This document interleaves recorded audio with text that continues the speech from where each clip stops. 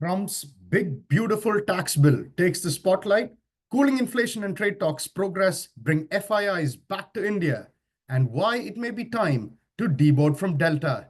This is Vinay Uttam, your resident stock doctor, and welcome to a brand new episode of the Stock Doctor podcast. There was a lot of economic data this week, including the key CPI print. I mean, normally when you get a lot of economic data, normally we all wait for the CPI print, but honestly speaking, it's things have changed so dramatically over the last few months that investors just had only one thing on their mind, and that is the pause in the trade war between US and China. It was a largely sentiment-driven rally, and when you have sentiment-driven and when you have a positive sentiment, you know that the sky's the limit for stock markets, and that's exactly what happened. All three indices ended in the green. Dow climbed 3.4%, S&P 500 advanced 5.3%, and it also turned positive for the year. Who would have thought that a few months back? And the tech-heavy Nasdaq, get this, jumped 7.2%. I mean, it is an absolute. Just like it's like basically we've round tripped, right? We've round tripped. When we fell off a cliff, and now sky's the limit. It's just goes to show there is nobody cared about CPI print and all the other economic data crucial. And I am going to talk about it in a bit, but it was largely this week for the US markets was a positive sentiment driven rally. And in the last few weeks, it's been mostly sentiment rather than anything structural. Having said that, as the week was ending, there were a couple of significant developments which may have the power to undo pretty much all the positive sentiment-driven rally. And here we go again. We could really have a here we go again moment. So without further ado, let me welcome you to the Doctor's Weekly Snapshot and discuss the week gone by in the US market. Now, with the trade war on pause and with major strides being made to ensure that we don't revert back to the days of the reciprocal tariff nightmares, you know what I'm talking about, April 2nd all the way until April 9th, that 1 week.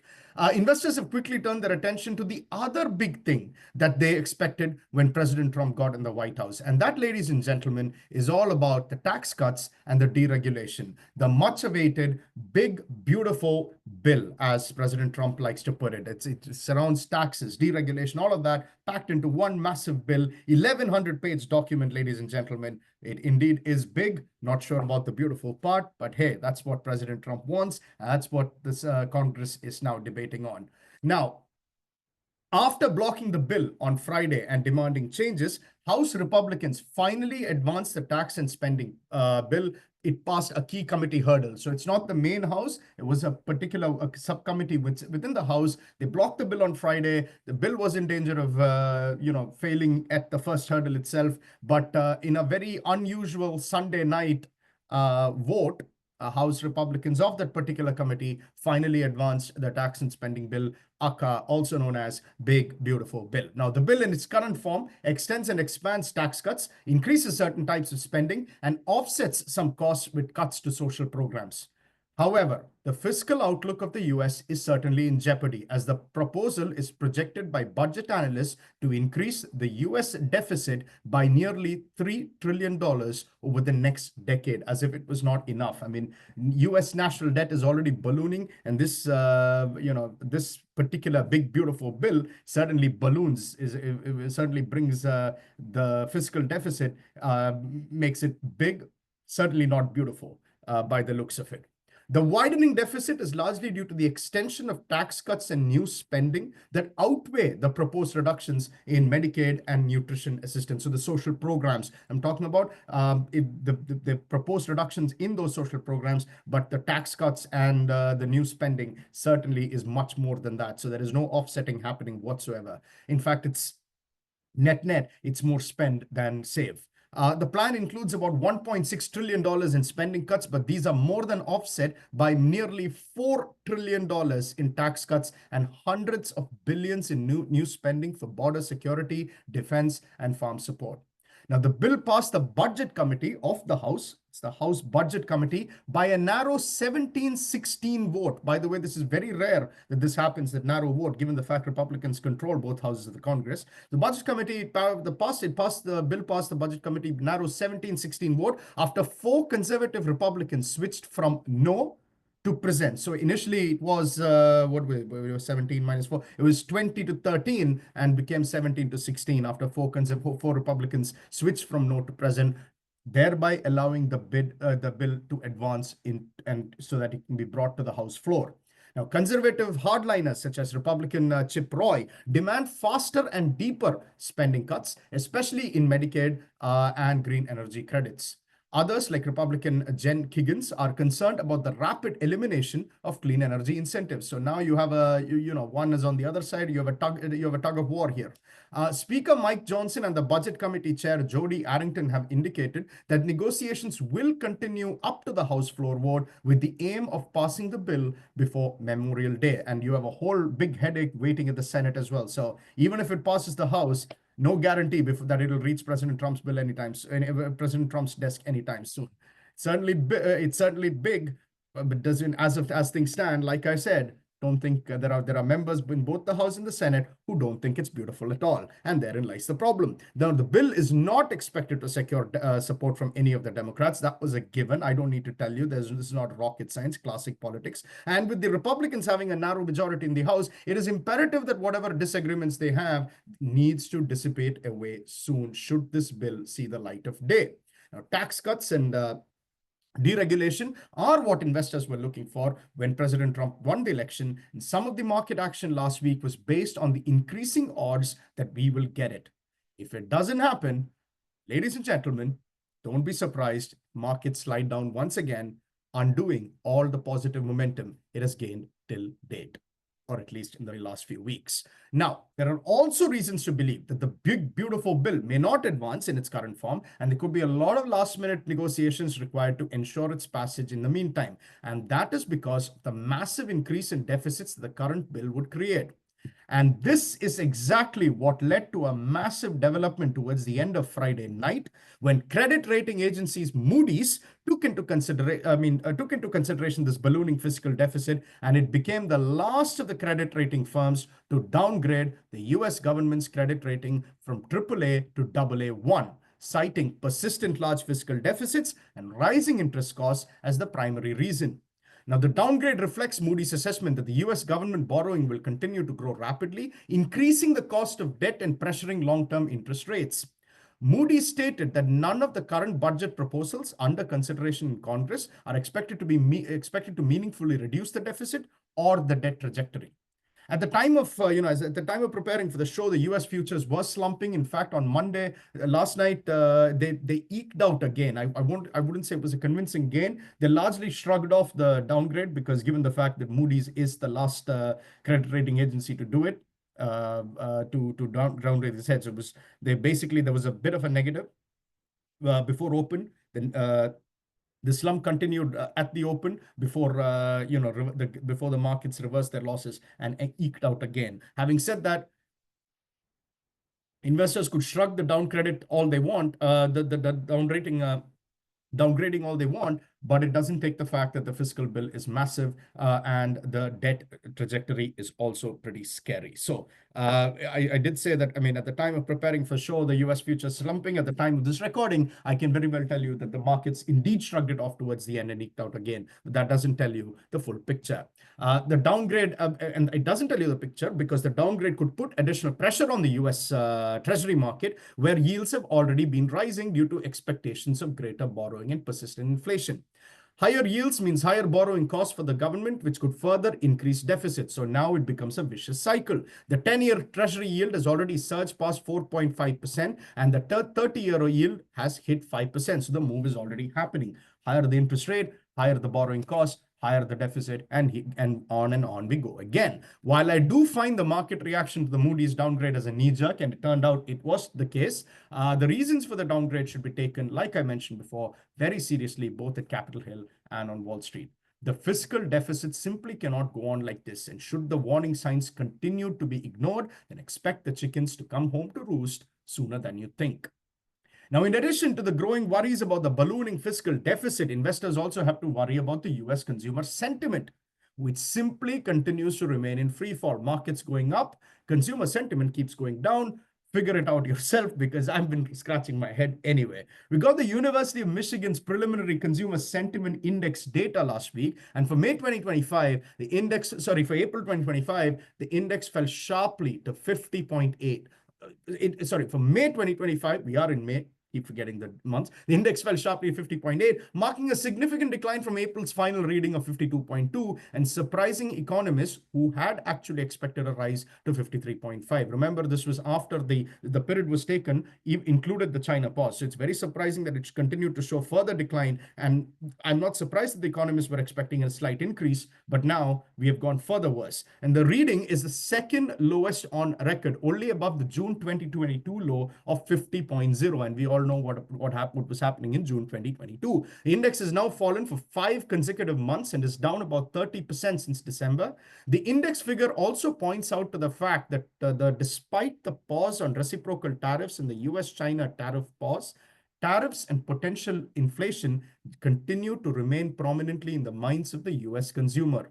Nearly 75% of the consumers spontaneously mentioned tariffs as a concern, and that was up from 60% in April. Inflation expectations for the next year surged to 7.3%, the highest since 1981, compared to 6.5% in April. Now, this concern is shared across political lines. There was nothing to do with Republicans, Democrats. Both Republicans and Democrats are expecting price increases, according to the survey. Now, so far, the economic impact of tariffs has been muted in the US, as reflected by the latest CPI print. Who knew that one day I would be discussing the inflation data of the US, United States, and I would be bringing it towards the finale of the particular segment. Such is the world we live in, where there are bigger fish to fry, so much so the CPI print has been put to a background. It's not, I mean, who knew? I mean, I've been doing this for what?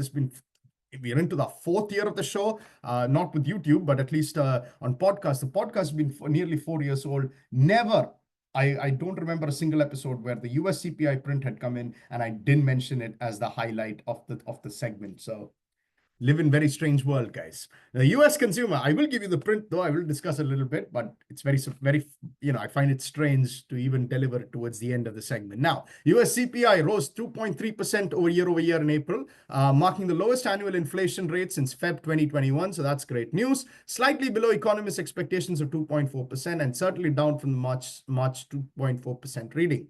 On a month-over-month basis, prices increased by 0.2%, matching forecast and following a 0.1% decline in March. Prices for airline fares, used cars, and trucks fell, possibly reflecting shifts in consumer demand and purchasing behavior.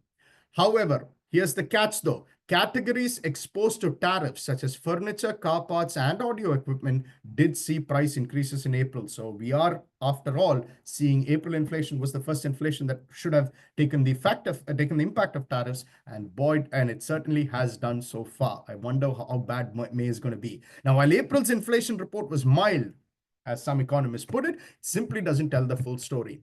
This is because many businesses have so far held off on passing the higher costs from tariffs to consumers, partly due to uncertainty about the permanence and the scope of the tariffs.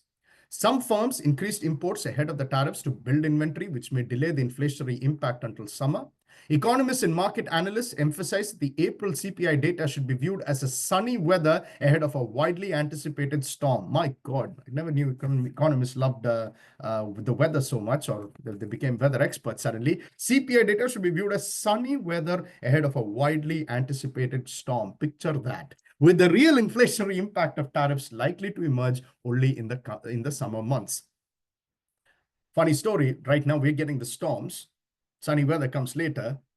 But anyway, I think the economists may have made a blunder in terms of weather description. Anyway, we got more evidence that supports that why investors shouldn't read too much into the April print, thanks to management commentary from a company that I consider to be the bellwether of the US economy. It's none other than Walmart. Walmart, the largest retailer in the US, announced that it will raise prices this month and into early summer as merchandise affected by new tariffs arrives in stores. This move makes Walmart the biggest company to date to confirm that tariff-related price increases on everyday goods are imminent for the American consumer. The company's announcement signals a broader trend as well, with other major retailers and brands expected to follow suit as the impact of tariffs ripples through a supply chain. In a couple of hours, Home Depot will be reporting, and it'll be, I would be surprised if they don't mention anything tariff related, any tariff related issues, or they're going to raise prices and whatnot. Walmart is likely to be selective about which items see price hikes, balancing the need to remain competitive with the reality of higher costs. In some cases, non-tariff products may also see price increases, while prices on tariff goods could remain steady to maintain customer loyalty. Walmart follows companies like Ford and Hermes, who have already announced price increases on vehicles and luxury goods. It would be no surprise then if other retailers such as Target, Lowe's, and Home Depot, like I said, in a couple of hours, follow Walmart's path and raise prices themselves. And this is why the April inflation data doesn't give the full picture, and why the Fed, oh hello, Federal Reserve, is unlikely to cut rates in the upcoming meeting. Still feels weird. Inflation fed towards the end, much bigger fish to fry at the start. Bottom line, it was a positive sentiment-driven week for US markets. The Max 7 made a roaring comeback thanks to significant deals made by President Trump during his 4-day trips to the Middle East. Nvidia is expected to be the biggest beneficiary from the deals, as there were considerable commitments to purchasing the company's high-end chips by the likes of Saudi Arabia, Qatar, and United Arab Emirates. However, investors continue to focus on the tariff picture for now, especially after the commentary from Walmart on price increases.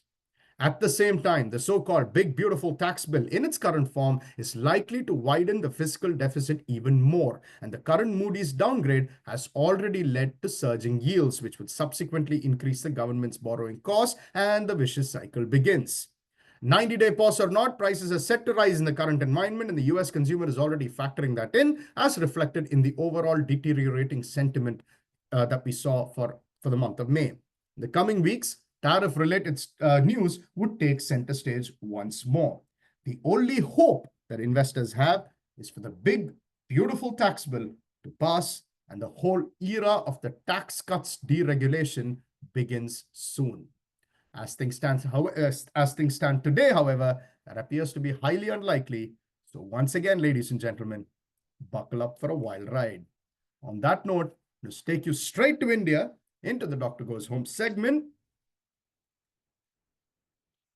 where it's going to be a lot more positive commentary that I have for you guys. Momentum is well and truly back in the Indian markets, as the foreign institutional investors have made a roaring comeback in the Indian markets.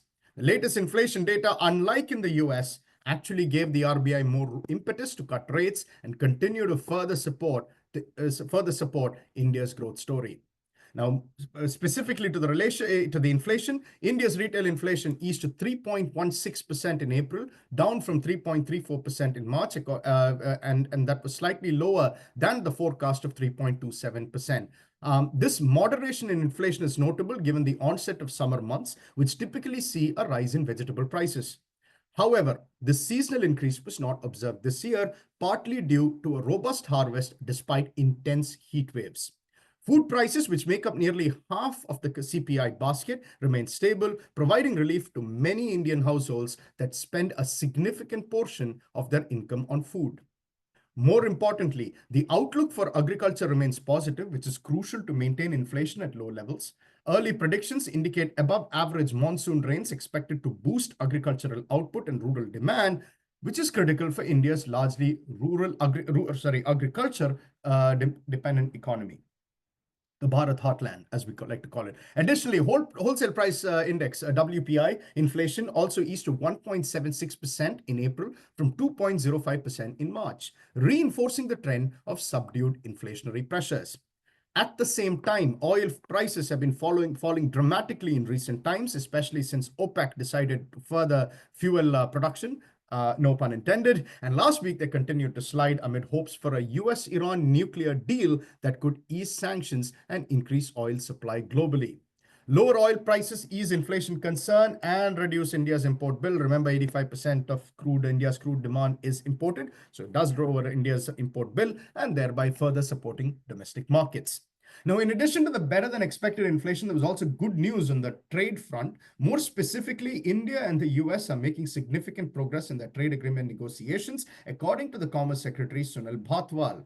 A high-level Indian delegation led by Commerce and Industry Minister Piyush Goyal is scheduled to visit Washington from May 17th to May 20th to hold detailed discussions with the US counterparts, including US Trade Representative Jamieson Greer, who was dealing with China 2 weeks back, and US Commerce Secretary Howard Lutnick. So that's a massive high-level meeting, and hopefully something good would come out of it. The talks aim to explore an interim trade arrangement focused on goods intended to secure early mutual wins before finalizing the first phase of a broader trade agreement targeted for completion, like I've been telling you guys before, fall 2025. This phased approach reflects both countries' interests in establishing a foundation for enhanced bilateral trade while continuing to work through more complex issues for the comprehensive deal. US President Donald Trump also announced that India has offered a trade deal with basically zero tariffs on many American goods. India proposed reducing its average tariff differential with the US from about 13% to under 4%. Now, while there was no official confirmation from the Indian government on this front, it did signal a major move to align trade policies and boost bilateral trade, which further improved investor sentiment last week. Overall, the talks underscore a constructive and collaborative atmosphere with both sides keen on achieving tangible outcomes soon, setting the stage for a more comprehensive trade partnership later in the year.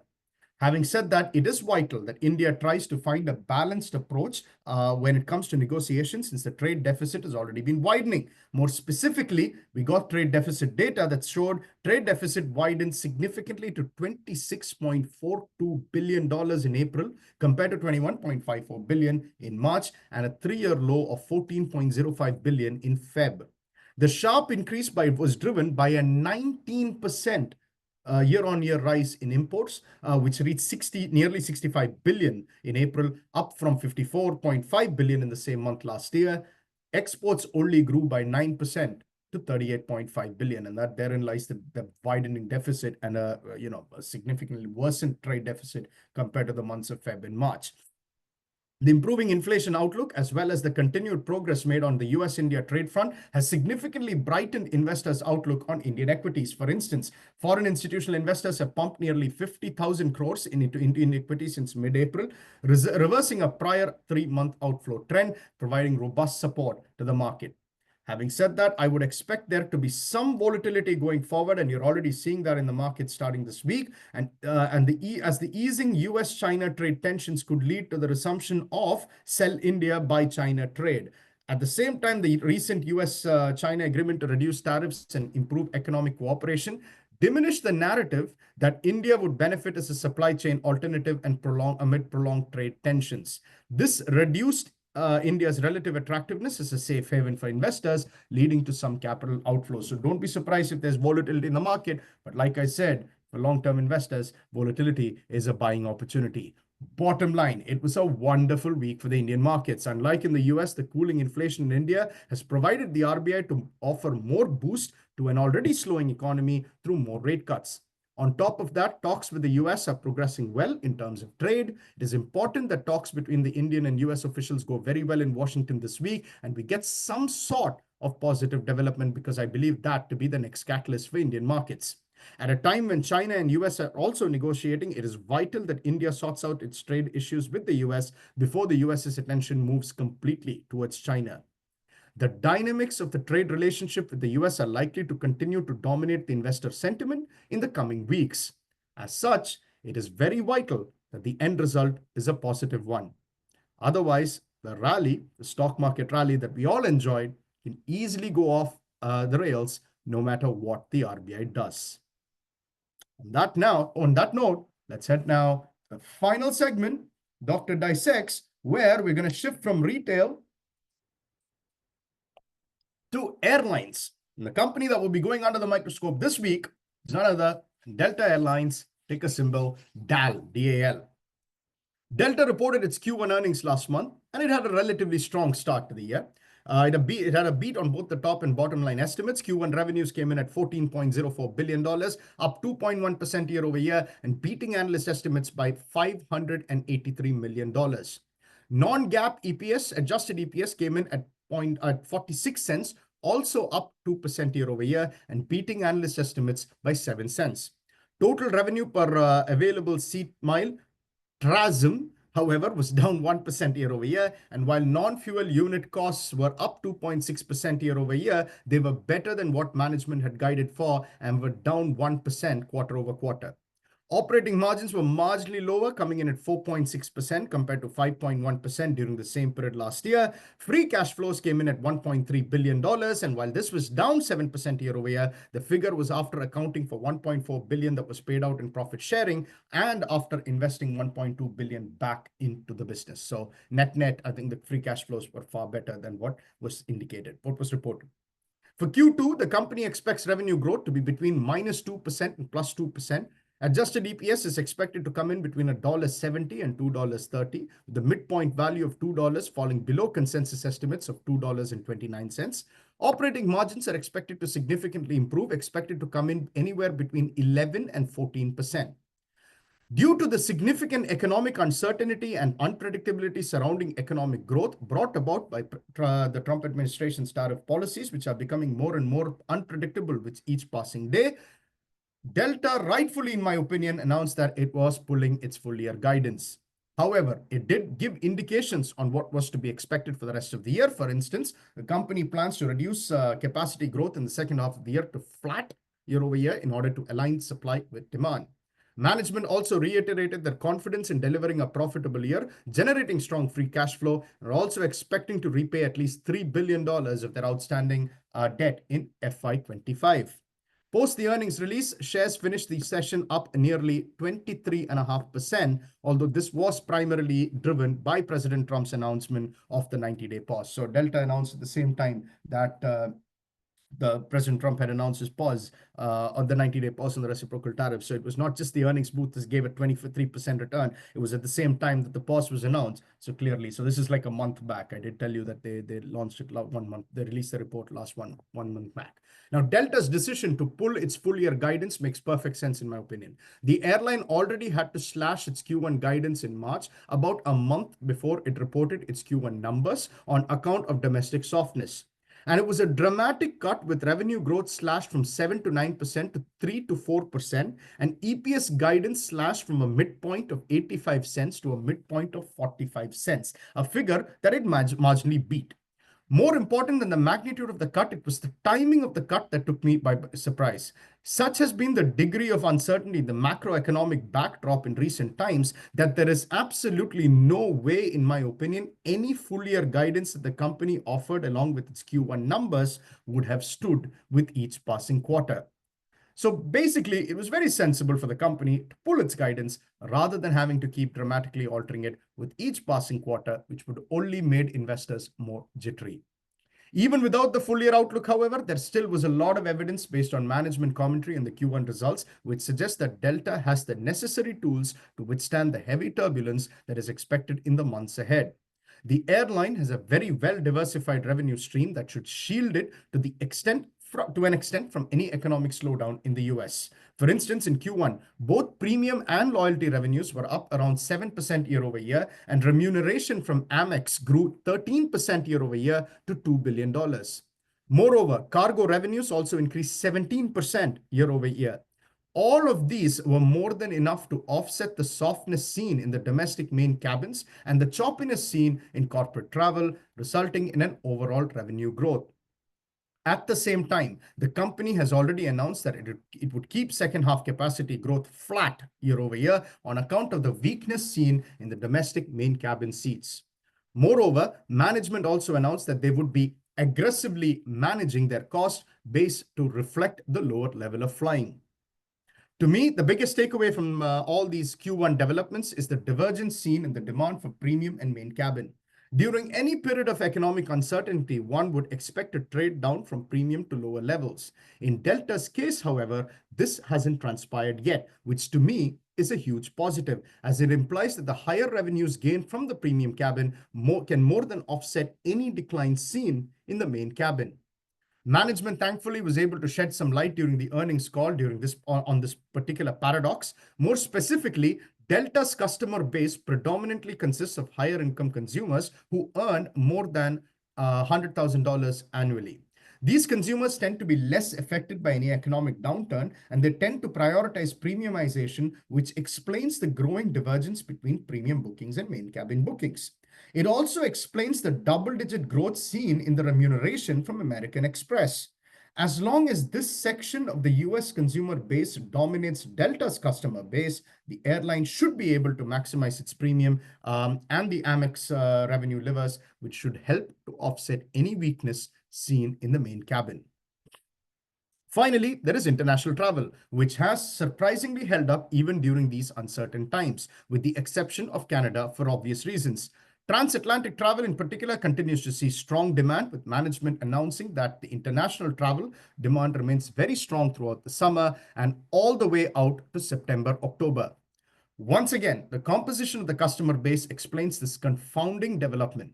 In addition to predominantly belonging to the higher income category, management also announced that the average age of a Delta One customer is in the 60s, which implies that there is kind of a wealth effect that we are seeing here, whereby individuals in this cohort tend to be wealthier than any other cohort, and that's driving international travel. It should also therefore come in as no surprise that even within the international travel category, premiumization continues to drive demand, which further lends support to my thesis as to why Delta has the necessary tools to withstand the heavy economic turbulence that lies ahead. Ladies and gentlemen, don't get me wrong. Delta is by no means fully immune from any potential economic downturn. No airline company would be, and no one in the right minds would think that they're fully immune. It just doesn't work that way. The plans to reduce capacity in the second half of the year and the continued weakness seen in the domestic travel are evidence of this. The airline also announced that they're not taking any deliveries that have tariffs on them, which could have a negative impact on the company's fleet composition going forward. Having said that, Delta, in my opinion, remains well positioned to minimize the negative impact of any potential economic downturn thanks to its diversified revenue streams. In most, last time I talked to you about Delta, I've always mentioned how having a diversified revenue stream has helped Delta to register strong growth. Those were the good times. Even during times of uncertainty, it is the same catalyst with a little help from the higher income customer base that has come to the airline's rescue once again. Got the book? Got the pen? It's time for valuation. Now, the company, as mentioned earlier, has pulled its full year guidance. The guidance that it gave at the time it released its Q4 numbers was a projected FY25 EPS of more than $7.35, implying an EPS growth of 10%.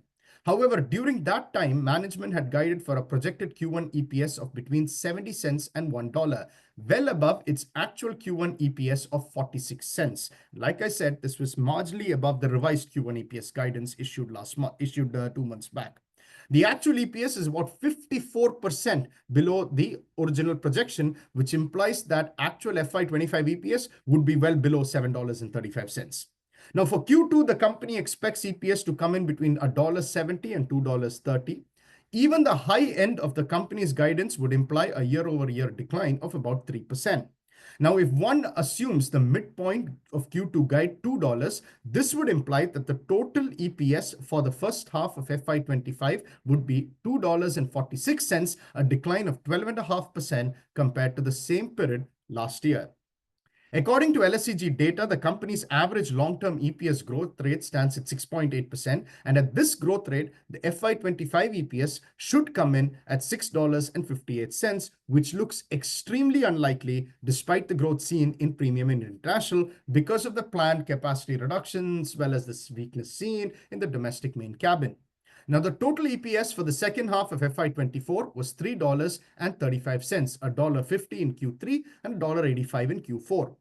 Assuming as a result of the cost reduction and the continued growth seen in premium and international, the company matches this figure, the total EPS for FY25. Total EPS for FY25 would be $5.81, which translates to a decline of 5.7% year over year. It's a reasonable estimate to me, and it's slightly above the average street estimates for $5.66. Now, Delta, according to LSEG data, currently trades at a forward price to earnings of 8.7, higher than its peers such as American Airlines 8.6, United Airlines 7, but significantly lower than Southwest, which trades at 19.2. The airline, however, is currently trading in line with its historical 5-year forward price to earnings multiple. However, given the projected decline in FY25 EPS growth, my opinion is that it should be trading at a lower multiple. As such, I have assumed a forward price to earnings of 6.6 times, which is its current 2-year forward multiple. So you have 587 as the FY26 EPS, and you have the forward price to earnings at 6.6. Now, according to Seeking Alpha, Delta currently trades at a forward PEG ratio, price to earnings to growth, of 1.45, lower than the sector median of 1.8. Now, a forward price to earnings of 6.6 and a forward PEG ratio of 1.45 would imply an EPS growth of about 4.5%, a reasonable growth rate in my opinion for FY26, as the uncertainty surrounding tariffs should become a lot clearer in the next 12 months. This is the EPS growth that I've assumed for my calculations, which translates to an FY26 EPS of $6.07. $6.07, the FY26. So now you have 6.6 multiplied by 6.07. You get a price target of $40. You get a price target of $40, which is the updated price target. And it does suggest, so the price target is $40, which suggests that the stock is currently overvalued by about 21%. When you combine this with a short-term momentum grade of a D and an overall momentum grade of C minus, according to Seeking Alpha's momentum scale, I think it's time to book some profits in the name and sell the stock. As such, I'm downgrading my rating on the stock from hold to sell. So $40 price target. Hold was my old rating. Now it's a sell rating. I think it's time to take profits. Delta had a bottom line. Delta had a relatively strong start to the year, beating on both the top and bottom line estimates. However, due to economic uncertainty brought about by the prospects of a global trade war, management did pull its full year guidance. Q2 EPS guide also fell short of consensus estimates. There is absolutely no doubt that Delta faces significant turbulence ahead, especially with weakness set to persist in the domestic main cabin category. However, in my opinion, the combination of diversified revenue streams such as premium and remuneration from American Express, continued demand seen in international travel, and a significant proportion of the customer base made up of higher income consumers should help the airline to weather the economic uncertainty. The planned capacity reduction should also help. From a valuation perspective, Delta remains fairly valued at current levels, especially since I don't see a way by which the company can generate an EPS growth in FY25.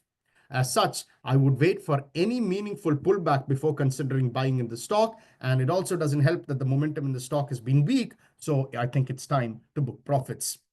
Delta continues to remain a high-quality name and has all the tools required to emerge out of this turbulent macro backdrop with minimal damage. However, despite the catalyst that I talked about in this particular segment, despite the round trip that the stock has taken from its all-time highs, I continue to remain hesitant when it comes to boarding the stock. That's all the time I have for you this week. If you have a specific Indian or US stock suggestion for the doctor to diagnose and dissect, do tweet me as always at Uttam Vinay, UTHAMVINAY, or email me on thestockdoctorpodcast@gmail.com. Thank you once again for listening. Definitely see you next week. Until then, stay safe and make some money.